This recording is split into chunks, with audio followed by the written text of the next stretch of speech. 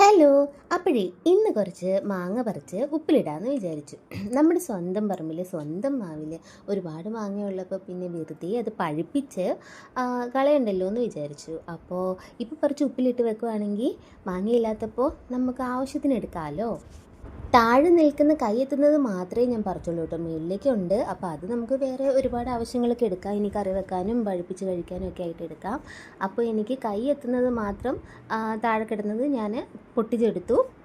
വലിയ മാവൊന്നുമല്ല കേട്ടോ, ചെറിയ മാവാണേ.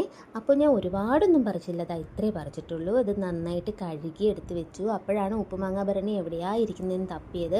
അതൊക്കെ ഇങ്ങനെ എടുക്കാറില്ലാത്തതുകൊണ്ട് ഇതുപോലെ എടുക്കാത്ത പാത്രങ്ങളുടെ ഇടയിൽ കൊണ്ട് വെച്ചേക്കുമായിരുന്നു. നോക്കിയപ്പോൾ ദൈവമേ, ജാമ്പവാൻ്റെ കാലത്തെങ്ങാണ്ട് ഉപയോഗിച്ചിട്ട് മാറ്റി വെച്ചേക്കുന്നത്. ഇനി അതെടുത്ത് കഴുകാനൊന്നും എന്നെക്കൊണ്ട് പറ്റത്തില്ല. സത്യം പറയാം, ഗർഭിണിയായി ഞാൻ ഈ വയറും വെച്ച് ഇനിയിപ്പോൾ അത് തേച്ച് കഴുകി വരുമ്പോഴത്തേനും സമയമെടുക്കും. സത്യം പറയട്ടെ, മടിയാണ്. അതുകൊണ്ട് ഞാൻ വിചാരിച്ചു തൽക്കാലം ഭരണി അവിടെ ഇരിക്കട്ടെ. എളുപ്പപ്പണിയായിട്ട് ഒരു പ്ലാസ്റ്റിക് ഭരണി എടുത്ത് അതിനകത്ത് മാങ്ങയിട്ട് ഉപ്പ് ഇട്ട് വെക്കാമെന്ന് വിചാരിച്ചു. തൽക്കാലത്തേക്ക് ഇതൊക്കെ മതിയെന്നേ. കണ്ടിട്ട് ഇത് അധികം നാളിരിക്കുമെന്ന് എനിക്ക് തോന്നുന്നില്ല. ഞാൻ തന്നെ തീർക്കാനാണ് സാധ്യത. നമ്മൾ നേരത്തെ തന്നെ ചൂടാക്കി വെച്ചിരുന്ന വെള്ളം അപ്പം ചൂടാറിയപ്പോൾ അതിൻ്റെ അകത്തേക്ക് ഒഴിച്ച് കുറച്ചും കൂടി ഉപ്പ് വേണമെന്ന് തോന്നിയത് കൊണ്ട് കുറച്ചുകൂടി ഉപ്പിട്ടിട്ട് നന്നായിട്ടൊന്ന് മിക്സ് ചെയ്ത് വെക്കുന്നുണ്ട്. അപ്പോഴാണ് അമ്മ പറഞ്ഞത് നമുക്ക് കാന്താരി കുറച്ച് പൊട്ടിച്ചിടാമെന്ന്. നോക്കിയപ്പോൾ ചീനിയായാലും ഒട്ടും മുളകില്ല.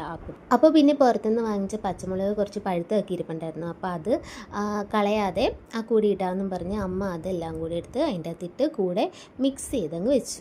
എന്തായാലും കുറച്ച് നാൾ ഇരുന്നിട്ടുണ്ടെങ്കിൽ അടിപൊളിയായിരിക്കുമല്ലേ.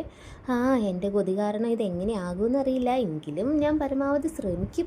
ഉപ്പ് മാങ്ങ ഭരണിയിലിട്ട മാങ്ങ കഴിക്കണമെന്ന് ഭയങ്കര ആഗ്രഹമായിരുന്നു. തൽക്കാലം കൊതി ഇങ്ങനെ അങ്ങ് തീർക്കാം.